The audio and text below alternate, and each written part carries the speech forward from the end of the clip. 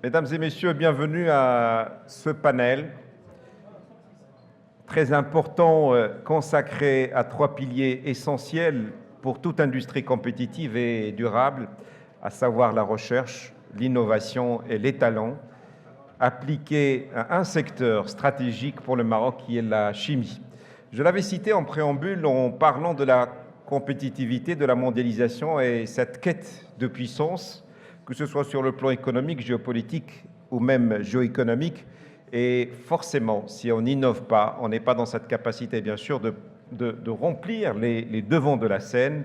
J'avais évoqué la complexité, j'avais cité aussi Edgar Morin qui disait que nous sommes dans un monde complexe où les savoirs, ils ont une durée d'efficacité qui est temporaire, ce qui nous ramène à la réalité de se former, se désinformer, de se réinformer, c'est-à-dire apprendre, désapprendre et réapprendre. Et c'est dans ce monde en mutation technologique environnementale aussi qui exige de notre part ce qu'on appelle la capacité de réagir avec résilience et innovation. Et nous avons l'honneur avec nous aujourd'hui d'avoir comme gérant de ce panel C. Zrari, secrétaire général de la Fédération de la chimie et de la parachimie. Je voudrais, s'il vous plaît, que vous me rejoigniez sur scène. Vous êtes aussi directeur R&D de plusieurs laboratoires, donc vous aurez le temps peut-être de les aborder. Et je vais vous envier pour une chose, c'est d'avoir dans votre panel, si Rachid qui va nous rejoindre, rien qu'à lui c'est un panel, donc sous vos applaudissements mesdames et messieurs, et les autres panélistes aussi.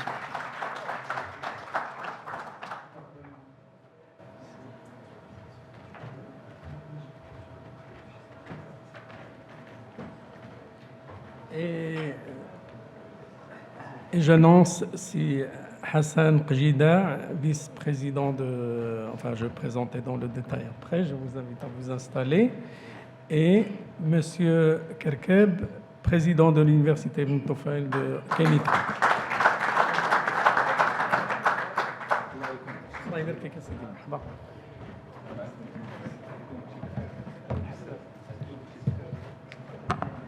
Merci.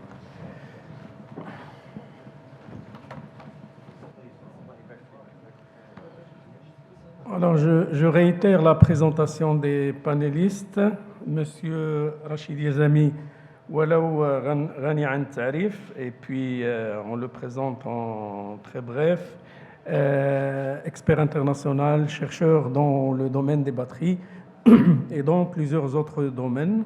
Nous avons Monsieur Mohamed Al-Arbi Kerkeb, Monsieur Mohamed Al-Arbi Kerkeb, oui, président de l'Université Ibn Tufayl de Kenitra.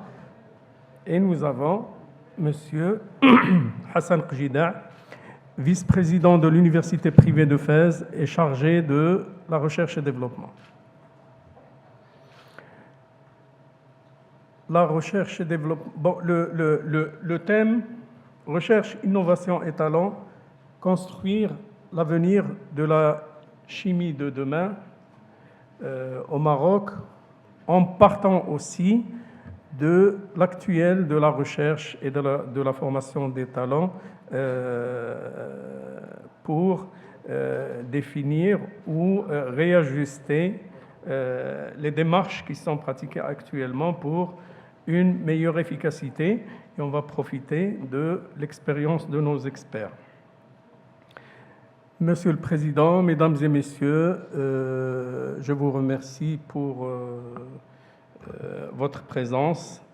Et donc, le contexte de ce panel, c'est que nous allons essayer de mettre en lumière le rôle de la recherche, de l'innovation et de la formation des talents dans le développement d'une chimie marocaine durable, compétitive et ancrée dans les besoins socio-économiques du pays.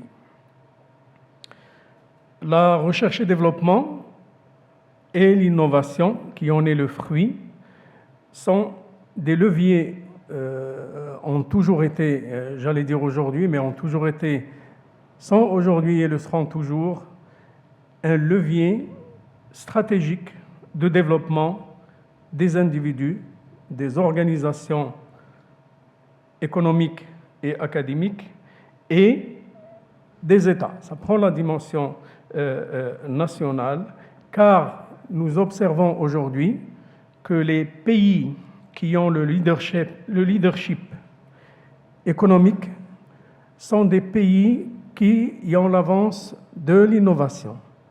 Et en relisant ou en repassant en revue la réalité du monde actuel, nous avons les exemples des États-Unis avec sa grande stratégie historique de mettre en place des structures de recherche pour l'innovation avec des moyens illimités pour des délais très courts pour avoir l'avance. Nous nous rappelons la course dans l'espace entre la Russie et les États-Unis. Aujourd'hui, nous avons juste l'hier très court, très proche, nous avons vu comment la Corée du Sud, par exemple, a progressé de par l'innovation et l'internationalisation de sa technologie et de ses marques dans le monde.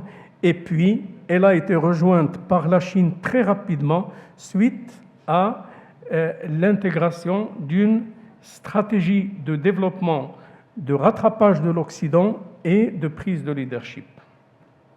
Donc, je ne vais pas être plus long que ça pour définir en général le rôle de la recherche et développement, et je vais passer à côté de nos experts pour poser quelques questions et traiter le sujet.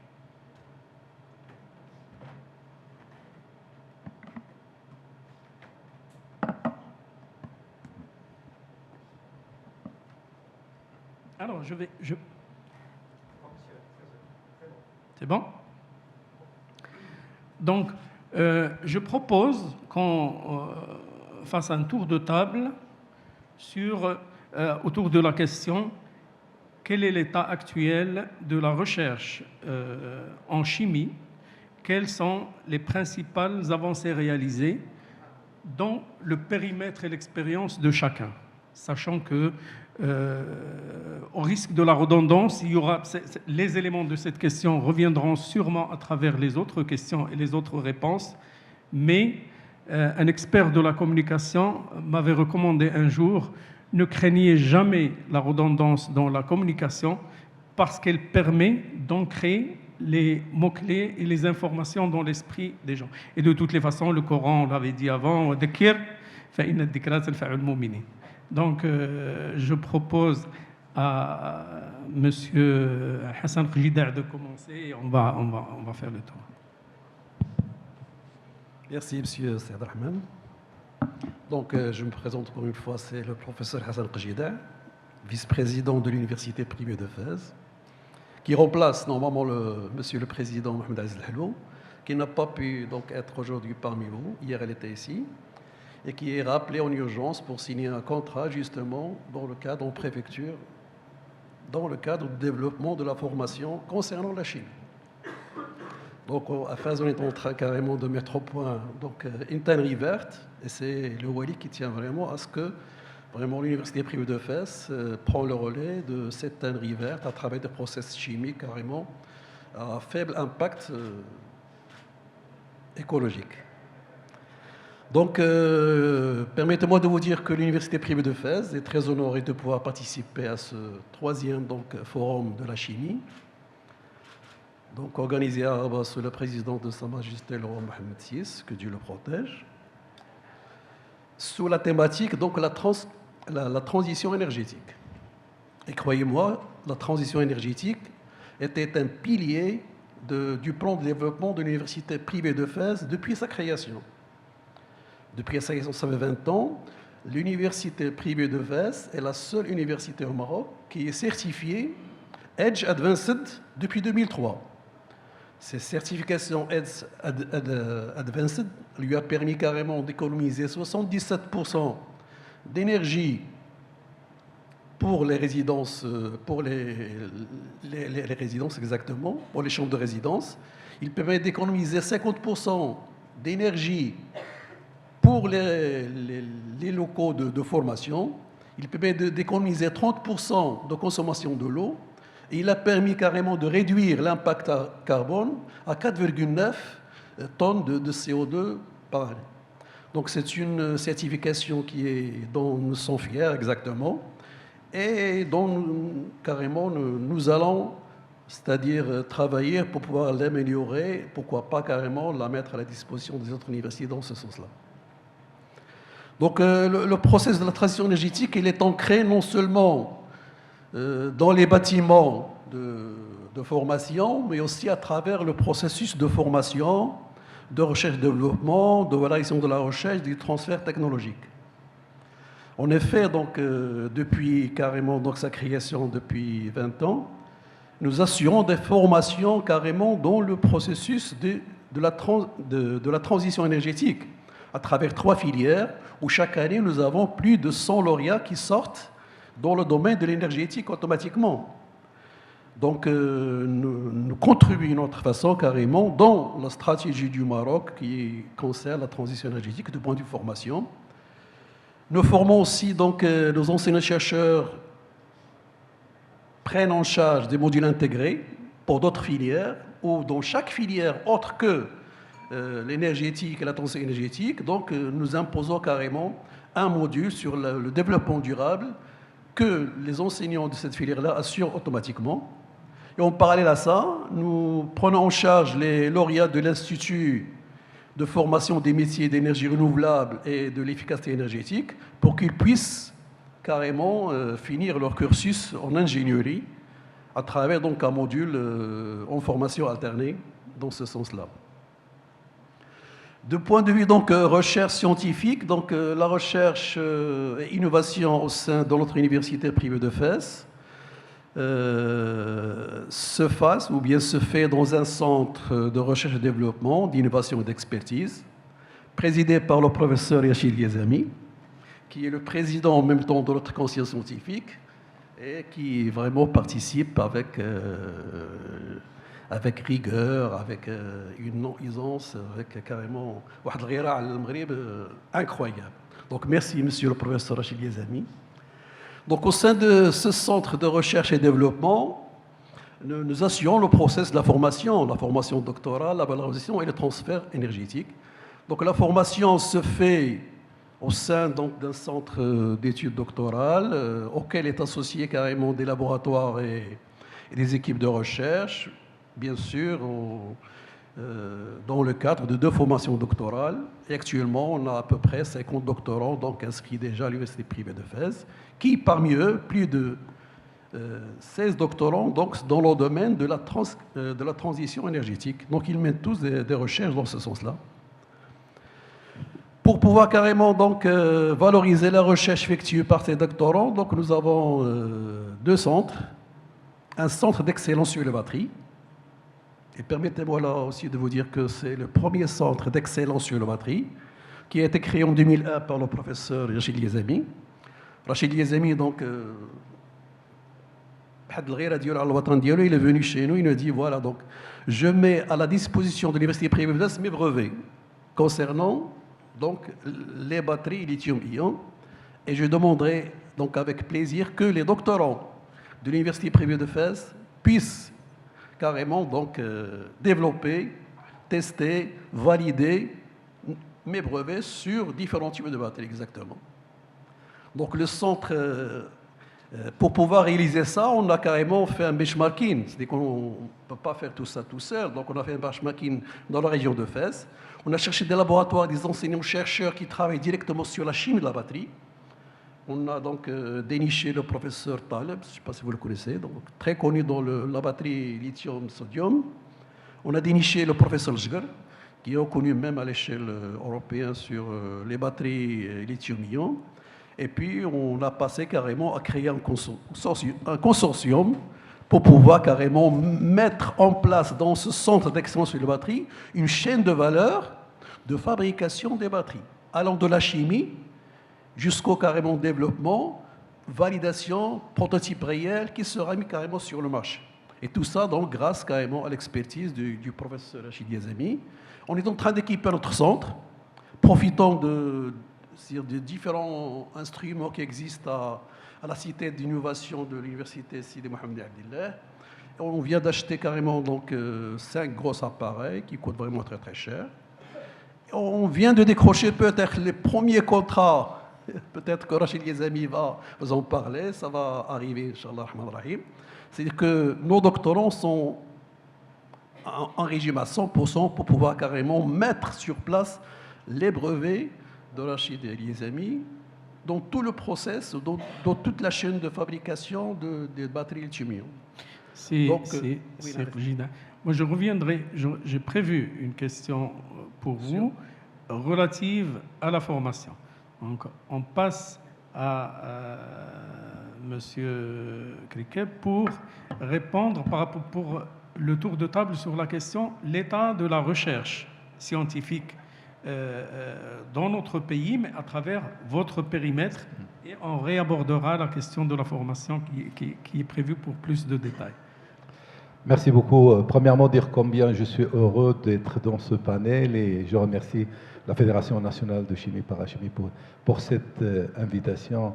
On ne pouvait pas ne pas être ici parce que nous avons une coopération exemplaire avec la Fédération. Je voudrais profiter pour bien sûr remercier tout le staff, le bureau, le président, etc. parce que nous avons une coopération exemplaire, j'ai dit, entre la Fédération et l'Université Ibn Tufayl de Kenitra, mais en particulier l'école supérieure, le pôle national supérieur de chimie, dont monsieur le directeur est avec nous, monsieur Chartraoui. C'est la seule école de chimie au niveau de l'Afrique, la seule école au niveau continental. Et il existe une coopération exemplaire, mais je dirais dans le domaine de la formation. D'ailleurs, tout ce que nous formons, il est recruté. La fédération participe avec nous dans les formations, que ce soit la conception, les modules, etc., mais aussi dans l'insertion. Et donc, on sent que parfois qu'on ne forme pas assez d'ingénieurs pour alimenter et pour soutenir l'industrie nationale. Alors, ce succès que je dirais extraordinaire qui se fait dans le domaine de la formation, on voudrait l'avoir au niveau de la recherche. Parce qu'effectivement, il y a des projets qui se font dans le domaine de la recherche, mais je crois qu'on reste en deçà des attentes de la nation, du pays. Ce n'est pas si facile lorsqu'on parle recherche, parce que lorsqu'on parle formation, les intérêts des uns et des autres, ils sont clairs. Nous sommes un établissement de formation, l'industrie a besoin de capital humain, donc les intérêts des uns et des autres, ils sont clairs, et rapidement une synergie s'établit. Dans le domaine de la recherche, c'est un peu plus compliqué, parce qu'il y a une recherche fondamentale, il y a une recherche appliquée. Il y a une recherche appliquée, je dirais que l'investissement ou le retour sur investissement est rapide. Mais il y a une recherche fondamentale dont le retour sur investissement, il est beaucoup plus lent et ça demande des années, voire des décennies, voire des siècles pour voir les résultats. Et le problème, c'est qu'on ne peut prétendre ou ambitionner une recherche appliquée sans une recherche fondamentale au préalable, et une recherche fondamentale qui généralement est très chère. Aujourd'hui, il faut dire que toute la recherche, ou quasiment toute la recherche qui se fait au niveau national, il est financé par l'État. Et ça, c'est je dirais, c'est quelque chose qui est, je dirais, propre au pays où il n'y a pas une bonne interaction entre l'industrie et les établissements de recherche dans le domaine, je dirais, en ce qui concerne la coopération. Alors, je parlais de recherche appliquée, recherche fondamentale. L'une, il est très importante, mais ne pourrait pas exister sans l'autre. Je pourrais donner un exemple. Par exemple, la recherche qui se faisait sur les monomères et la chimie des polymères a permis, au XXe siècle, a permis aujourd'hui qu'on puisse avoir du nylon qu'on utilise dans le textile ou dans l'automobile. Monsieur les amis pourrait parler aussi des batteries ion lithium qu'on utilise aujourd'hui dans nos portables, dans nos smartphones, dans nos voitures électriques, etc. Tous les travaux pour qu'on puisse développer ces innovations dans le domaine de la recherche appliquée ont été faites dans le XXe siècle, lorsque des chimistes ils ont commencé à travailler sur les matériaux électrochimiques et les capacités de stockage des énergies. Donc il nous faut aujourd'hui, je dirais, essayer de relever ce défi, que l'industrie aujourd'hui et l'université, qu'on fasse un peu de recherche, qu'on a besoin non seulement, je dirais, d'importer des technologies, des innovations. On est capable d'innover. Nous avons des chercheurs qui sont de haut niveau, et on peut innover, mais il faut préparer le terrain. Beaucoup de fois, et je partage avec vous, et avec ça je termine, lorsqu'on regarde la production scientifique au sein de nos universités, par exemple, au niveau de l'université de Notofail, on est classé premier en termes de production scientifique par enseignant, et on regarde, parfois on s'amuse à voir quels sont les papers, les articles que produisent nos enseignants.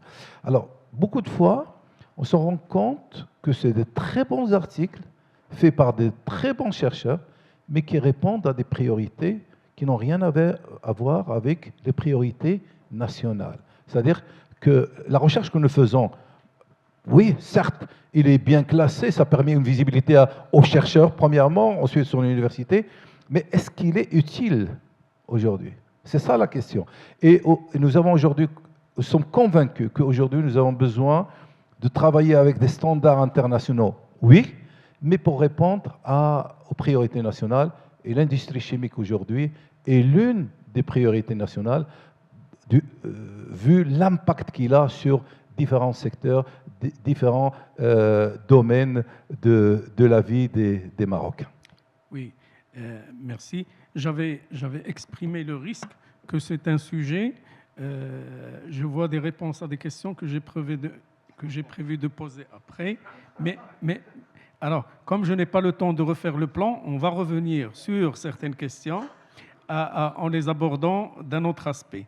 Et je préviens professeur Yazami, on attend son avis sur l'état de la recherche au Maroc aujourd'hui en général, et sachant qu'on reviendra sur la question que j'ai discutée avec lui. S'il veut aussi en annoncer un tout petit peu, il le peut, mais sinon c'est prévu sur les brevets, etc., sur la valorisation. Donc, l'état de la recherche au Maroc.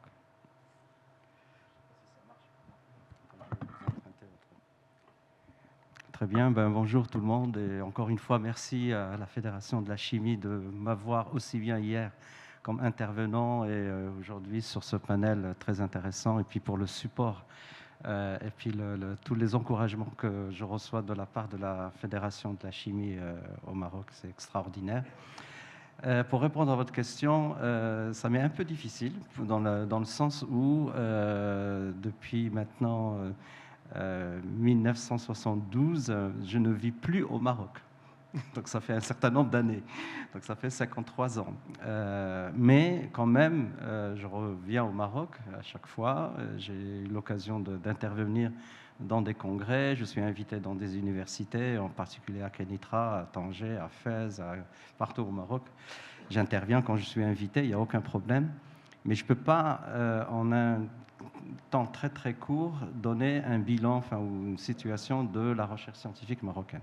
Ce que je peux dire, c'est des choses générales, d'une manière générale, par rapport à mon expérience personnelle en tant que chercheur. Donc, j'étais directeur de recherche au CNRS jusqu'à 1979, où j'ai pris ma retraite. Mais je continue à beaucoup travailler dans le domaine de la R&D, en particulier dans le cadre de ma société à Singapour. Donc, je n'ai pas quitté. Et bien sûr, j'ai des relations avec les universités marocaines, et en particulier l'université privée de Fès, comme ça a été annoncé tout à l'heure. C'est avec plaisir, bien sûr, quand je peux servir d'une certaine manière, c'est tant mieux, je le ferai volontiers. Et je ne suis pas seulement à Fès parce que je suis d'origine de Fès, mais n'importe quelle université peut me demander quoi que ce soit, je serai prêt à le faire nationalement, il n'y a aucun problème. Voilà. Alors, la problématique, à mon avis, c'est comment, parce que la recherche ne se fait pas toute seule comme ça, on a besoin bien sûr, de structures comme les universités ou les laboratoires de recherche, bien sûr. On a besoin de ressources humaines, évidemment, et ça, le Maroc, on en a un trop-plein. On a beaucoup de gens qui ont de très hauts niveaux, de très créatifs, très bien formés. Hier, on a parlé justement de ce jeune Marocain qui ont gagné dans un concours justement à Paris. C'est extraordinaire et ça, c'est des nouvelles qu'on entend très très souvent. On a un potentiel humain extraordinaire. Les gens sont très créatifs. Et je pense que le nerf de la guerre, c'est l'argent. Parce que la recherche scientifique a besoin de moyens. Et on a actuellement des projets structurants marocains très grande envergure. On a parlé de dessalement de l'eau de mer juste avant, il y avait la problématique de la batterie, la problématique de l'énergie propre, tout ce qui est photovoltaïque, éolien. On a aussi d'autres très très grands projets structurants au Maroc. Donc le besoin crée justement les moyens, parce qu'on a des besoins vitaux au Maroc au niveau de l'énergie, de l'environnement et tout ça. Donc je pense que bien sûr l'État marocain peut continuer à, comment dirais-je, soutenir un certain nombre d'activités dans les universités, aussi bien nationales, publiques que privées. Ça, c'est une très bonne chose. Mais il faut que aussi l'industrie mette un peu la main dans la poche. Mais pour cela, je vous donne un peu mon expérience personnelle. Quand, en 1979, j'ai découvert que le graphite pouvait être utilisé comme anode dans les batteries au lithium. Personne n'y a cru et on a jeté ça à la poubelle. Actuellement, en 2025, ça vaut 20% du coût de la batterie au lithium. Et je vous ai donné des chiffres hier, c'est plusieurs dizaines de milliards de dollars. D'accord ?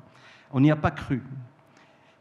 Et en fait, il aurait suffi de très peu de moyens au départ, juste soutenir un peu mon doctorat, acheter quelques moyens pour faire de la recherche, etc., pour pousser un peu plus ce qu'on appelle le TRL, le Technological Readiness Level, depuis 2 au début, au niveau universitaire, jusqu'à peut-être 4, 5, 6, pour que ça commence à avoir justement des potentiels d'industrialisation, d'application. Il y a énormément de Rachid Yazami au Maroc, énormément, j'en suis sûr, qui ont des idées et qui, par rapport à l'évaluation de leur, disons, niveau, enfin, ce qu'ils veulent proposer, on n'a pas des gens, on n'a pas des structures qui évaluent et qui prennent un tout petit peu de risque. Moi, je vous donne un autre exemple. Quand j'étais à California Institute of Technology, il y avait un monsieur qui s'occupait justement de tout ce qui est transfert technologique dans cette université. Donc, il prenait les brevets, les valorisations des brevets, etc. Et j'étais dans son bureau, il me dit bah, « Écoute Rachid, qu'est-ce que tu as fait les 3 dernières semaines ?» Je lui dis bah, « Voilà, on a travaillé sur tel projet, etc. » Et la question, il m'a dit « Quelle est la chance que ce projet-là puisse être commercialisé ?» Je lui dis oh, 10%. Il me dit « Mais c'est énorme !» Pour moi, c'était rien, mais pour lui, c'était énorme. Il m'a dit « On prend un brevet tout de suite. » Et ce brevet-là a été repris après par Samsung. Donc, Samsung est en train de l'exploiter aujourd'hui. D'accord ? Donc attention, la prise de risque est très importante. On peut avoir cette culture de prise de risque, de dire voilà, au départ ça a l'air de rien, mais peut-être après ça va. Et il m'a dit une autre chose, il m'a dit qu'il suffit que parmi les 10 de tes inventions, de tes brevets, il y en a un qui marche, et bien ça couvre tout le reste. Donc ça c'est très très important de savoir qu'il y a effectivement des idées au départ qui peuvent ne pas aboutir à une application ou à une commercialisation, mais il ne faut pas éliminer, enfin, disons, oublier la possibilité que 1 sur 10 puisse aller plus loin et qu'il couvre les frais de tous les autres. Voilà. Vous êtes arrivé à... Si vous continuez, vous allez répondre à la question que je n'ai pas encore posée. Ben, écoutez. Donc, je reviens vers Si Hassan Qjida.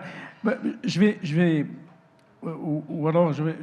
vais aborder ce point un peu philosophique après quand on parlera des talents. Si Rachid Qjida, je reviens vers vous pour la formation. Il y a une question qui se pose, est-ce que la formation universitaire et de recherche, elle est en adéquation avec les besoins nationaux. Et avant d'oublier, une pensée qui m'a effleuré, en général, nous avons un préjugé que nous n'avons pas de recherche, qu'on part toujours de préjugés qui résument la situation à rien. Nous n'avons pas la recherche, nous n'avons pas d'avance sur la recherche, on n'a pas de recherche, on n'a pas de chercheurs, ça n'est pas vrai. La preuve, j'ai un panel qui a été très raccourci et je suis sûr que le temps qui nous est imparti ne suffisera pas pour que les 3 personnes parlent des expériences et des réalisations dans le domaine de la recherche, rien que 3. Et si on avait 5, on aurait eu besoin de 24 heures.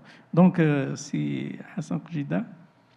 Donc, pour être franc avec vous, je pense qu'il y a une fuite des étudiants de la chimie. Actuellement, on n'arrive plus à remplir les amphis du département de chimie exactement. Pourquoi? Parce que apparemment, donc l'industriel, elle est très loin du marché de recrutement exactement. Donc, si je forme 1000 étudiants et je me retrouve avec 20 étudiants qui sont vraiment recrutés, donc la génération qui va venir après va se demander la question. Donc, sur les 1000 recrutés en première année, ceux qui vont faire la chimie, c'est exactement 10%. Donc, ou bien, c'est la question clé de point de vue formation qu'il faut se poser. C'est vrai, donc, comme a dit Monsieur le Président, donc, depuis 2-3 ans, ça a changé. Et ils ont pu carrément, donc, grâce aussi au ministre, M. Midawi, qui est un chimiste de renommée exactement, il a pu mettre sur les rails l'école de chimie à Kenitra. Et M. le Président, c'est la seule au Maroc exactement. Donc une école de chimie qui existe toute seule au Maroc, sûrement il va combler le marché, mais si dans toutes les régions du Maroc nous allons créer des écoles, est-ce que tous les lauréats vont être recrutés? Donc, comme a dit monsieur le président tout à l'heure, la balle est chez l'industriel. Il faut absolument retravailler les filières, retravailler la façon d'enseigner la chimie. Peut-être que la chimie organique, la chimie minérale, ça pose un problème de point de vue étudiant. Je vous donne un exemple et on a eu carrément, donc, nous, pour la formation, donc, pour les modules de chimie organique, de chimie minérale, de biochimie, dans la nouvelle filière de médecine dentaire, nous avons signé un contrat avec l'association de dentisterie digitale, présidée par M. Jafar Mouhi, qui est un Marocain. C'est une association internationale. Ils nous ont mis carrément au point 2 salles de formation pour les prothèses dentaires, mais en réalité immersées. Donc, on a formé carrément des professeurs dans ce sens-là. Et on a profité de la présence des ingénieurs de développement informatique pour carrément modéliser les formations concernant la chimie organique, la chimie minérale et la biochimie pour que nos étudiants en médecine dentaire puissent suivre ces cours-là carrément en réalité immersés. Et ça a changé carrément exactement. Professeur Hassan, on voudrait parler de la formation dans son aspect ou dans son stade recherche. Vous avez cité des exemples tout à l'heure qui sont très enrichissants et qui sont des sujets de recherche. Ça serait bien qu'on parle surtout du 3e ou 4e niveau dans la formation. Est-ce que, et vous pouvez donner votre avis personnel sur ce qui se passe au Maroc ou alors par rapport à votre université, à votre expérience. D'accord. Par rapport recherche, formation de talent, préparation de talent, structure de recherche. Si ça n'est pas dans votre cadre, vous êtes un chercheur et vous êtes aussi une tête pensante marocaine qui peut peut-être répondre à ce volet de la question. Donc, comme j'avais dit tout à l'heure, nous avons donc un centre d'études doctorales et nous avons placé l'intelligence artificielle au service de toutes les spécialités. Donc, nous avons une formation doctorale de gestion et c'est l'intelligence artificielle qui sera appliquée au service de la gestion. Nous avons une formation doctorale des systèmes intelligents et développement durable et nous avons carrément orienté la recherche à ce que l'intelligence artificielle sera utilisée pour carrément donc, intégrer ces 2 formations-là.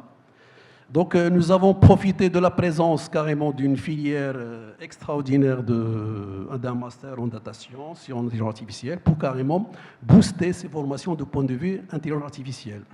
Et nous retrouvons carrément donc avec des sujets qui portent directement sur, par exemple, l'application de l'IA pour gérer une réaction chimique, l'application de l'IA pour prédire carrément donc, le rendement d'une réaction chimique. Mais tout ça n'est possible que si vraiment on arrive à recueillir des bases de données annotées par des experts.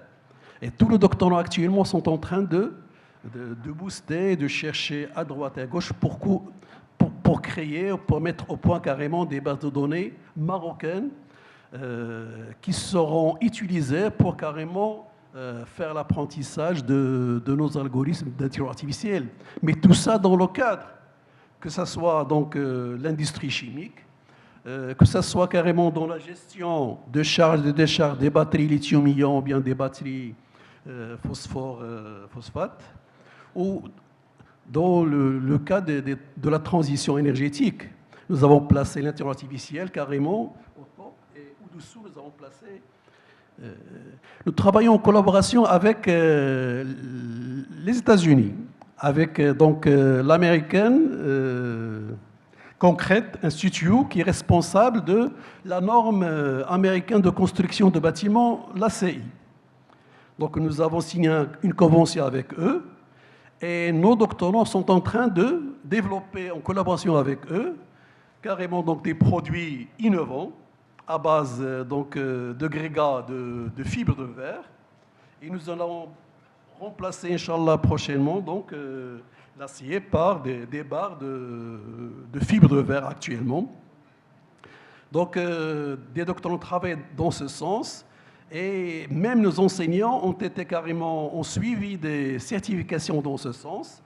Et on pense que l'UPF va carrément créer un centre de certification de cette norme américaine, de la production donc carrément de produits ou bien de matériaux de construction qui obéissent à des normes purement marocaines exactement. Tous ces produits-là sont à faible impact environnemental. Ils vont présenter donc une forte efficacité énergétique et une robustesse de point de vue construction automatiquement. Excellent, excellent. Ça confirme qu'en écoutant nos universitaires, je parle des enseignants et des formateurs, on s'aperçoit que la fourmilière de la recherche, elle est très dynamique, mais peut-être que si Rachid Yazami va nous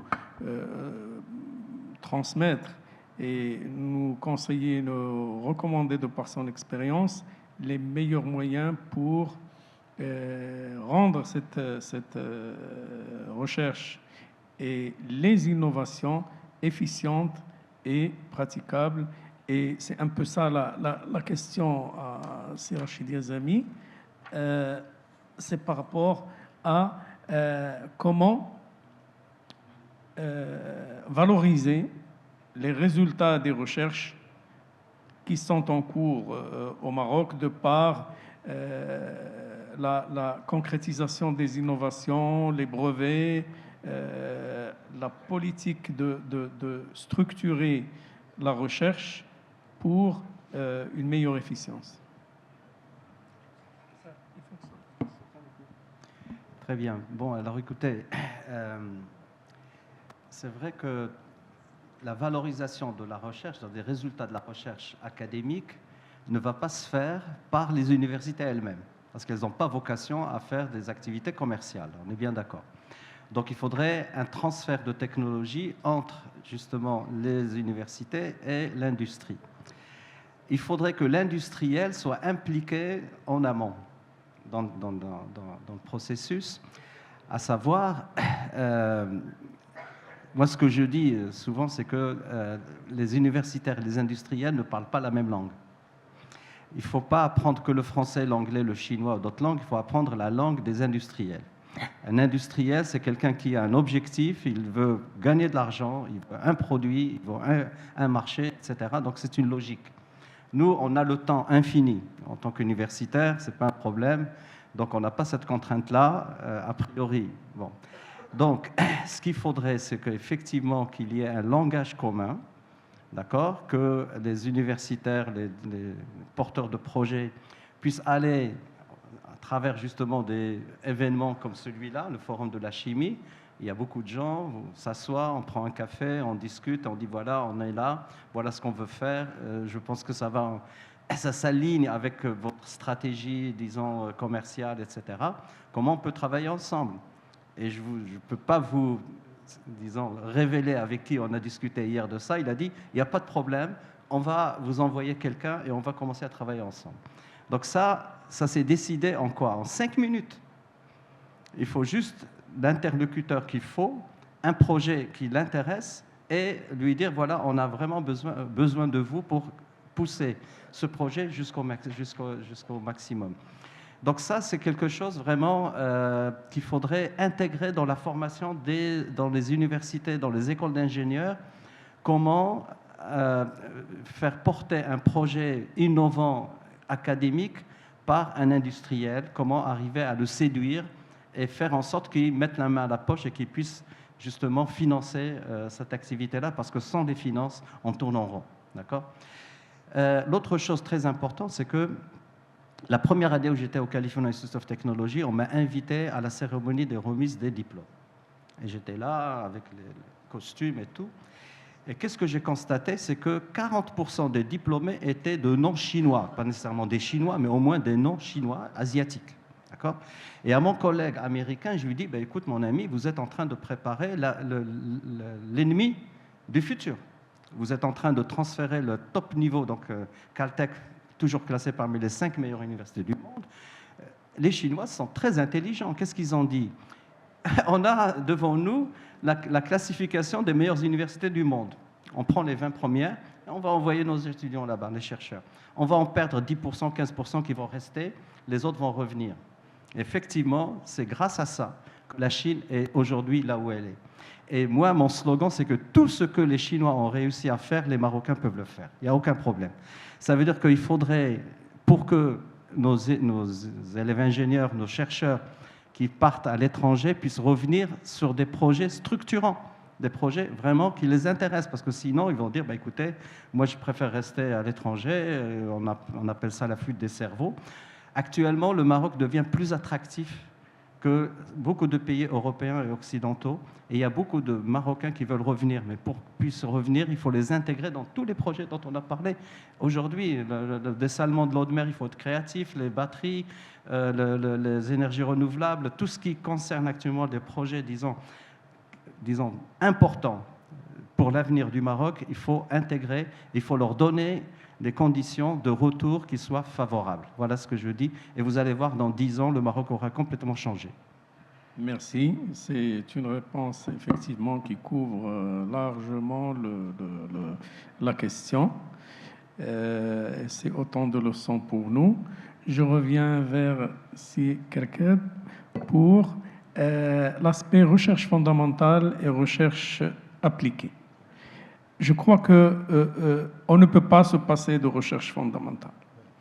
La recherche appliquée, il y a beaucoup d'industries, il ne faut pas oublier que les industries sont également des fourmilières d'innovation et principalement dans notre domaine, la chimie. Elles regorgent et il faut en faire des talents dans le cadre de canalisation, de congrès, qu'on sache et qu'on les connaisse. En Europe, les universités, les travaux de la recherche fondamentale, elles finissent souvent, peut-être pas toutes, mais par alimenter la recherche appliquée. Mais il y a des sujets qui sont incontournables, stratégiques pour le futur, qui relèvent de la recherche fondamentale et il faut que le Maroc, lui aussi, y travaille.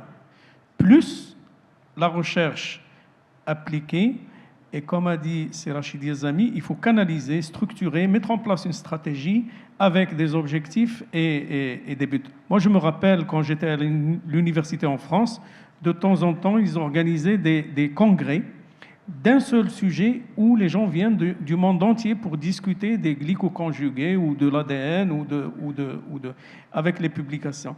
Et le Maroc, il a besoin de rester ancré sur les grands sujets du futur de la science, plus la recherche appliquée. Donc, si ça n'a pas lieu, est-ce que dans nos universités et dans vos structures, est-ce que c'est prévu de le mettre en place? C'est déjà mis en place, mais avec une stratégie de canaliser nos chercheurs pour qu'ils en sortent de temps en temps des talents.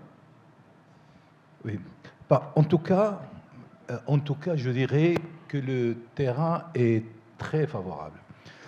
Je dirais même plus, je pense qu'aujourd'hui au Maroc, nous avons un avantage concurrentiel sur beaucoup de pays dans le monde. Je partage avec vous une expérience que j'ai personnelle. Chaque fois que je voyage en Europe, je suis accueilli dans les universités comme une star. Malheureusement, je n'ai pas l'occasion de beaucoup voyager, mais les fois que je suis bien accueilli.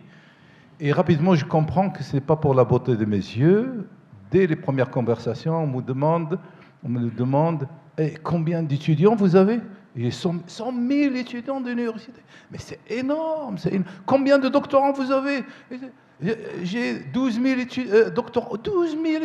Et rapidement, on veut m'inviter partout et établir des collaborations, des mobilités des étudiants, etc. Je raconte ça pour vous dire qu'aujourd'hui, l'avantage concurrentiel que nous avons, c'est nos jeunes. Nous avons des jeunes et nous avons nos laboratoires qui regorgent de doctorants, de chercheurs. Ce n'est pas le cas dans les universités européennes, par exemple, et qu'ils ont besoin de cette je dirais, j'allais dire main-d'œuvre, mais c'est ça, c'est des chercheurs qui vont travailler et qui vont développer de la recherche dans les universités européennes. Qu'est-ce qu'on va faire? C'est qu'ils vont développer des choses que nous, par la suite, on va importer. Et je dis qu'on pourrait prendre ce raccourci si on investit dans nos laboratoires, dans notre recherche, que ce soit fondamental et appliqué. En tout cas, je voudrais souligner cette information vraiment très importante. Malheureusement, on ne va pas l'avoir tout le temps parce que la natalité a aussi baissé au Maroc. Mais nous avons une fenêtre 2025 jusqu'à 2035, voire 2040. On est concurrentiel. On a cet avantage concurrentiel. Et nous avons les ressources humaines nécessaires pour développer la recherche et développer l'industrie, l'innovation, etc., que d'autres pays, je ne vais pas les citer, n'ont pas aujourd'hui. Ils ont besoin de nous. Par contre, on n'est pas totalement structuré. On n'est pas totalement structuré. La recherche fondamentale, oui, on fait de la recherche fondamentale, nous avons de la production scientifique, etc., on paye pour publier et on paye pour lire ce que nous avons publié, mais ça, c'est un autre sujet. Mais je voudrais parler de ce maillon qui nous manque entre la recherche appliquée et l'innovation, ou le brevet, ou l'invention qui peut être industrialisée, qui peut être commercialisée. C'est là, nous avons un maillon qui manque. Je vais vous raconter une anecdote, une expérience que nous avons à l'université de Noto-Fail. On produit des brevets, mais on est focalisé plus sur le nombre que sur la qualité. C'est normal parce qu'on pense qu'on va s'habituer premièrement à produire beaucoup de brevets et un jour viendra un brevet qui va, comme vient de dire M. Liazami, qui va payer tout l'investissement que nous avons mis dans les autres brevets. Il y a eu une expérience avec un collègue en biologie et il y avait un intérêt pour un brevet que nous avons produit à l'université. Et donc, on l'a vendu à un dirham symbolique, à une entreprise égyptienne. Après, on a su que l'entreprise égyptienne a fait une fortune avec ce brevet. Nous, on voulait juste montrer que c'est possible, qu'on produit, on innove dans nos laboratoires, on crée des choses et que ces choses, ils peuvent servir. Malheureusement, comme j'ai dit, nous n'avons pas... Bon, ça s'appelle différemment selon les pays, sociétés de transfert technologique, bureaux, etc.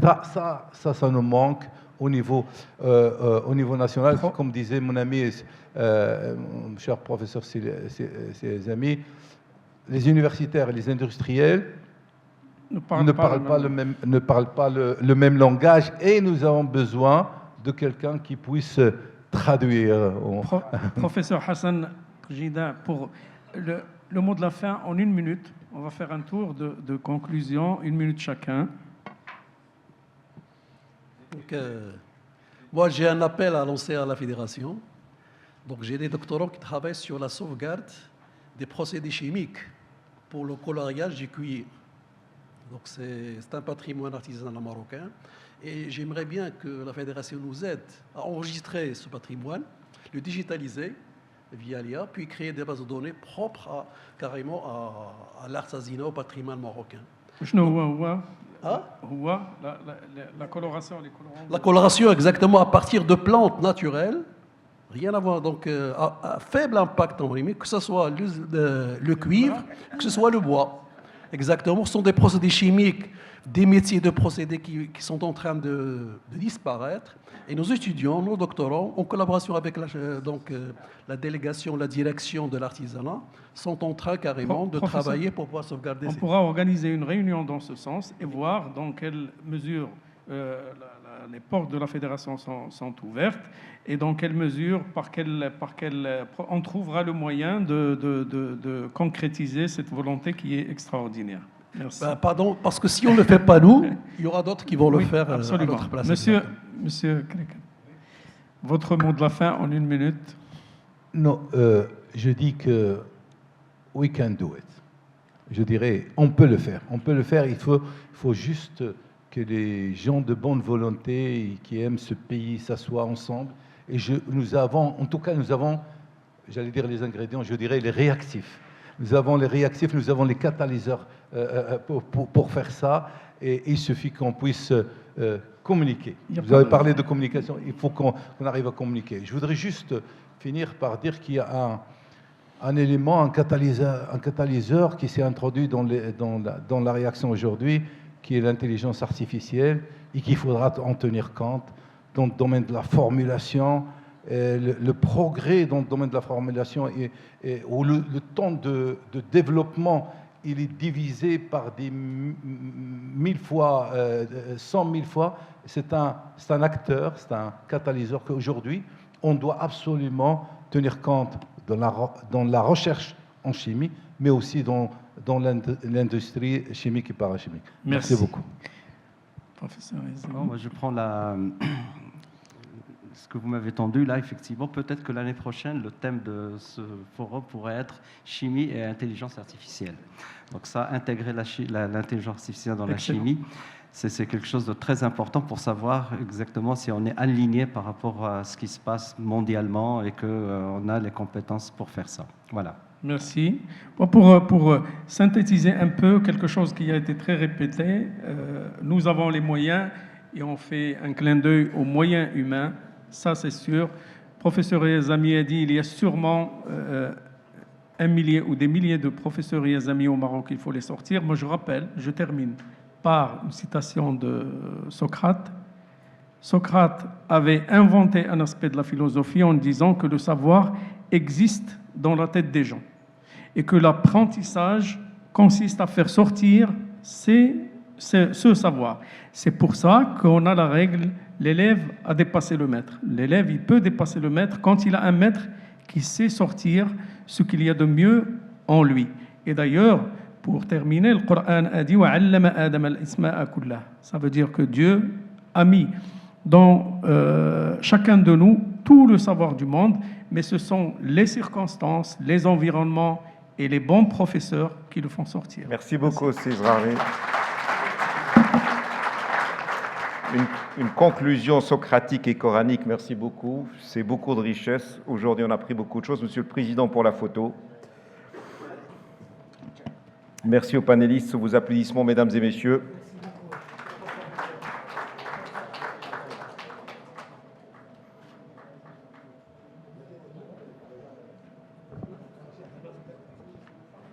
Je tiens vivement à remercier la salle pour sa présence.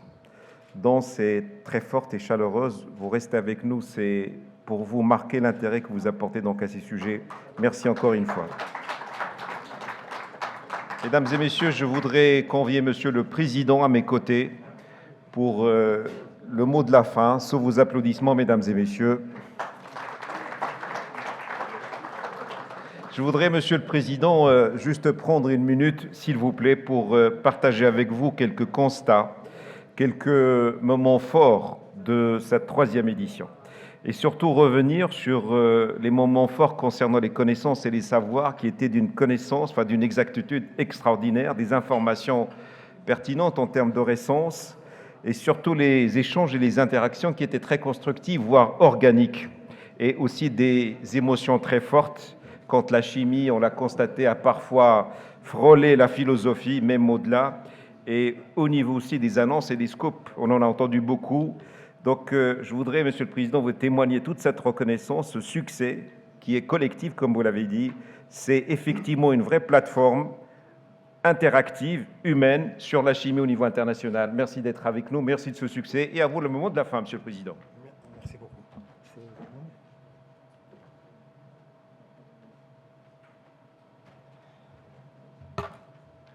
Bien, Bismillah ar-Rahman ar-Rahim. Donc merci à tout le monde d'être resté jusqu'à la fin pratiquement la fin de ce forum. Et je suis très heureux que le dernier panel soit autour des compétences et des ressources humaines et de la formation. D'ailleurs, on a toujours fait on a fait de la place. Moi, tout à l'heure, j'ai écouté beaucoup de choses dans le panel intéressantes et ça me pousse à réagir à chaud en attendant de faire les réunions dont a parlé mon ami Abdelrahman pour écouter les besoins de l'université de Fès et d'autres. En tout cas, au niveau de la Fédération de la chimie parachimie, on est toujours parti essayer de rencontrer les universités, que ce soit à Casablanca, là où on a notre siège, que ce soit celle de Bengrir avec laquelle on a signé une convention depuis quelques années, que ce soit celle de Kenitra, et je remercie mon ami, Monsieur le Président Kerkeb, qui a parlé de ce modèle exemplaire que nous avons pu construire ensemble. Et je vais quand même décrire cette expérience-là qui est très intéressante pour dire, là, on fait de la place aux universités. On a toujours fait de la place aux universités. D'abord, il faut que les universités fassent de la place pour l'entreprise. C'est très important. Parce que rester de son côté et dire l'autre ne communique pas, l'autre ne fait rien, l'autre doit changer pour que moi je travaille, je pense que c'est révolu, maintenant en 2025. Et comme mon ami Abdelrahman a cité plusieurs fois des versets coraniques, je vais en citer un qui est très important, qui me parle beaucoup, qui dit il faut commencer par soi-même. Avant de réclamer aux autres ce qu'ils n'ont pas fait, je pense qu'il faut se remettre en cause. En tout cas, la Fédération, très modestement, je peux vous dire, l'a fait depuis quelques années. Et d'ailleurs, la preuve, l'exemple que je vais citer. L'exemple que je vais citer, et je vais citer, c'est Chadraoui qui est à côté du président, qui est le directeur de l'école. Ils nous ont invités à venir participer pour choisir avec eux les modules de formation et les spécialisations. Moi, j'étais pris, honnêtement, et je me rappelle Sacha Khaoui qui m'appelait quasiment tous les jours pour venir. Il a assisté. J'ai dit, je vais venir 1 heure, parce que pour moi, Kenitra, je peux vous dire, ça me paraît très très loin en venant de Aïs à Casablanca. Et je suis resté la journée à Kenitra. Tellement c'était intéressant. Et tellement ils ont fait de la place pour les industriels. Et je peux vous dire, on a participé avec eux, avec le corps professoral, avec la présidente de l'université, l'école, et on a avec eux choisi les modules qui répondent aux besoins. Ça, c'est très important. Je vais vous dire une chose très importante. L'entreprise, elle a un but lucratif. Il a dit, Dr Yazami, il a un but lucratif, on est là pour gagner de l'argent. Il ne faut pas rêver. On n'est pas là, nous, pour former. Non, non. Et on se trompe. Je peux vous dire là, oui, c'est ce qu'on fait. Je mentirais. La vérité, non. On est là à but lucratif. On est là pour essayer de veiller à un modèle. Il y a des objectifs de gain de l'argent pour les actionnaires, pour payer l'État, pour payer les salariés. Et pour ça, on a des moyens. Et quelqu'un l'a dit dans les panélistes, le besoin crée les moyens. Le besoin, notre besoin à nous, dans des compétences qui répondent, qui nous permettent à nous de gagner de l'argent. C'est à l'université de s'adapter. Je suis désolé. Ce n'est pas à nous de s'adapter aux besoins de l'université.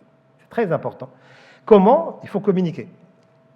Le forum a le mérite, depuis le début, notre 3e édition, de faire de la place aux universités. Et toujours, alhamdoulilah, ce panel était toujours très riche, avec des panélistes de haut niveau, ce qui était le cas aujourd'hui, et de beaucoup d'idées. Et on le fait exprès à la fin. Pourquoi? Parce qu'on commence les 2 journées par présenter les projets de développement. D'ailleurs, le sujet de ce forum, C'est la transition énergétique, oui, mais c'est les projets de développement au Maroc. Et on a eu des panels très riches hier aujourd'hui sur les batteries électriques, sur l'hydrogène vert, sur la R&D aujourd'hui, on en a parlé, et sur le dessalement d'eau de mer ce matin. Donc c'est des grands projets. Et je ne sais pas si les gens arrivent à percevoir l'intérêt de ces projets-là. Aujourd'hui, il y a 3 ans, quand on a démarré le forum, c'était des ambitions exprimées. Aujourd'hui, c'est des réalités. Les 3 projets. Les batteries, hier, on a écouté, il y a eu des scoops. Il y a des informations que vous ne trouverez pas dans la presse. Maintenant, ils seront dans la presse depuis hier. On a eu Goshen qui parle qui seront opérationnels en 2026. On parle d'un chiffre d'affaires à la première étape de 1,1 milliard de dollars. Déjà, la devise commence à changer déjà, c'est très important. On ne parle plus de dirhams. Et on parle de 3000 emplois, création au début. Et c'est qu'une phase sur 5. Et le président qui était là hier avec nous, qui était brillant dans ses interventions, il a même cité comme quoi ils sont en train d'avancer la deuxième phase, ils sont négociés avec le gouvernement. Ça, c'est les batteries. Pour ne pas citer BTR, Copco, Mer à batterie, les autres, qui sont dans des projets concrets. Copco ont déjà démarré, ils ont des commandes, et les ventes commenceront en janvier 2026. Le dessalement, on l'a vu aujourd'hui, là aussi, le besoin crée les moyens. Le besoin du Maroc d'eau potable. Il faut de l'eau. On a peu tardé, peut-être. Qui croyait il y a 15 ans qu'on parlerait de l'eau dessalée qu'on va boire dans nos robinets? Personne. Personne ne pouvait prévoir. Personne. Parce que pour nous, l'eau était toujours là, etc. Aujourd'hui, au sud de Casablanca, mon ami Fthi boit de l'eau dessalée par l'eau, elle est en forme. Bientôt, tous, on va boire de l'eau dessalée. Casablanca, Rabat, il y a une station qui sera la plus grande du monde aujourd'hui, etc. Donc, les projets sont une réalité. Il y a le 3e projet que je citerai, c'est celui d'hydrogène vert. Donc là, il y a tout un système qui est mis en place, il y a des risques qui sont pris par le Maroc, il y a des projets qui sont signés. Et ces projets, et on l'a vu, c'est de la chimie, beaucoup de chimie derrière. Cette chimie-là a besoin de ressources, naturellement financières, des investisseurs, techniques et des compétences. Les compétences, c'est les universités. Soit qu'on va les trouver chez nous, soit qu'on va les importer. Ce qu'on a fait avec l'école de chimie, c'est qu'on les a accompagnés et aidés, ils nous ont écoutés, d'ailleurs on les remercie, pour avoir 2 spécialités. C'est la formulation, qui est un besoin chez nous permanent. Et d'ailleurs, quelqu'un de mes collègues l'a dit tout à l'heure, la chimie elle a un avantage ou une distinction par rapport aux autres secteurs, je le dis avec beaucoup de fierté et d'humilité. On ne peut pas avoir une usine de chimie sans laboratoire. Ça, il faut le savoir. Il n'y a pas. Il n'y a pas d'usine de chimie, de peinture, de cosmétiques, je ne parle même pas de la SCE qui font de l'électrolyse ou la SNEP, etc. Je ne parle pas de l'OCP qui est bien sûr le grand mastodonte, mais il n'y a pas, même la PME qui fait 20 millions de dirhams ne peut pas, parce que c'est pas une recette, on achète des matières premières, on va les mélanger. Non, parce que la température, le pH, la contamination, la compatibilité fait qu'on doit s'adapter au processus d'entreprise et la façon de faire l'entreprise. On peut changer une matière première qu'on peut croire équivalente à plusieurs titres si on se base sur les techniques, et on se rend compte, non, on n'a pas la même recette parce qu'il faut s'adapter, etc. Donc, nous avons des laboratoires et on a essayé avec l'école de chimie Université de Kenitra d'avoir des ingénieurs formulation au génie de procédés. La première promotion, c'est celle de 2024. Monsieur le Président l'a très bien dit, je vais le répéter ce qu'il a dit. On a été dans tous les processus. Des directeurs R&D chez nous ont assuré des cours magistraux au sein de l'école. Et il y a eu tous les stages, on a été avec eux, on a un comité de synergie avec eux. Je suis dans le conseil d'établissement avec M. Betsy, que je vois là-bas derrière. On est présent avec eux dans le conseil d'établissement.